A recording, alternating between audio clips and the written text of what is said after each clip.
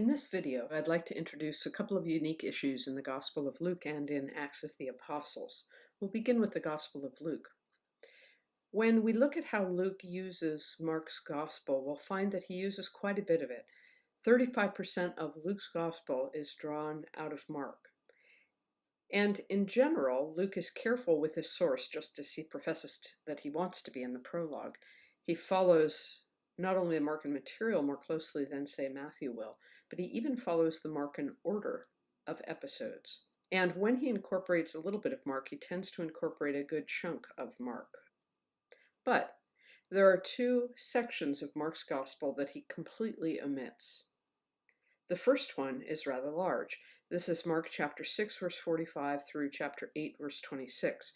This is the material after the first multiplication of the loaves through the second multiplication of the loaves. That is, Luke deletes the second multiplication. The next omission is Mark chapter 9, verse 41 through 10, verse 12. These include material on temptations to sin and the teachings on divorce. And for perhaps obvious reasons, the first one is referred to as the great omission because of the amount of material, while the second is referred to as the little omission. And again, these are striking because, by and large, Luke follows Mark so closely. The other unique issue in the Gospel of Luke and Acts of the Apostles is the journey motif. Now, it could be that the emphasis on Paul's journeys to Turkey and ultimately Europe, Greece and Rome, influenced the portrayal of Jesus' mission. Because you'll remember in Mark's Gospel, most of Jesus' teaching occurs while he's up in the Galilee. And only as he's really about to die does he turn to Jerusalem and go there, and then there's some teachings and scenes in Jerusalem before the Passion narrative. In contrast, in Luke's Gospel, the journey to Jerusalem takes up 10 whole chapters. And it could be that this is based on the importance of Paul's journey in Acts of the Apostles. So we have brief references to the journey in Mark, but this becomes the framework for these 10 chapters in Luke. And in this way and for this reason, these 10 chapters in Luke become the place where most of Jesus' teaching is given. And so it's happening on the way. That's literally the phrase that Luke uses. On the road, on the way. Now, interestingly, if we turn to Acts of the Apostles, we find that the early Christians are called the Way in that famous passage in chapter 9 where Saul is breathing threats and gets permission to go round up any members of the Way. And we hear elsewhere in Acts of how these people are following the Way, so that it's the term for the teaching that they follow as well.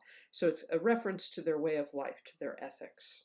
And there's another interesting feature of this journey motif, which is that our narrator of Acts of the Apostles appears to join Paul for parts of his journey. For example, in chapter 16, Paul is in Troas, and he gets a vision to come over to Greece, to go over to Macedonia. And so it says, when he had seen the vision, and we've been in the third person all along, so we're talking about Paul and all his companions as other people. So when he had seen the vision, quote, we sought passage to Macedonia at once, concluding that God had called us to proclaim the good news to them. So all of a sudden, the narrator is in the story and presents himself as a companion of Paul, and this happens a couple of different times in the text. This whole journey motif is very interesting because we know that there are a lot of apocryphal Acts of the Apostles besides the formal Acts of the Apostles that appears in the Bible. There are Acts of Andrew, Acts of Thomas, Acts of Matthew, and so on. So we have these legendary Acts of the Apostles, and they tell us of those disciples' journeys all around the Mediterranean. For example, we hear of Peter starting out, as all of them do, from Jerusalem, and traveling first to Antioch and ultimately to Rome, where he dies. We hear of Andrew, who travels as far as the Crimean Peninsula, but also is mostly associated with Greece. We have stories of John, son of Zebedee, making his way up into Turkey. We have the accounts of Philip, also making his way up into that region of Turkey. We hear stories of different apostles who go to the east, Bartholomew or Nathaniel, Jude or Thaddeus, the names sometimes change, and Simon the Zealot, who ends up over in the area of Iraq and Iran. We also have the story of Thomas, who travels all the way over to India, which is off the map here, and founds a community of Christians that still to this day traces its ancestry to Thomas. And in fact, there are communities of Indian Thomas Christians here in the Bay Area. and then down to Egypt. Several different apostles are associated with that area. Matthew, who may have ended up there or in Persia, James, the son of Alphaeus, who's sometimes referred to as James the Less, and the early preaching of Simon the Zealot before he goes over to the area of Iran and Iraq. So we have all these stories of different disciples who travel throughout the Mediterranean. But in Acts of the Apostles, the book that makes it into our New Testament, we only really have the story of Paul, or at least it focuses almost exclusively on him. And we hear of his travels to Antioch, to Turkey, to Macedonia and Greece, and ultimately to Italy, to Rome.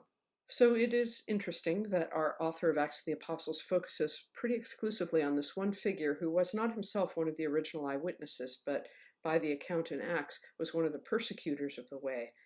And yet he is the one who is the main protagonist of Acts of the Apostles, bringing the message of the way to not only Jews, but to the Gentile world.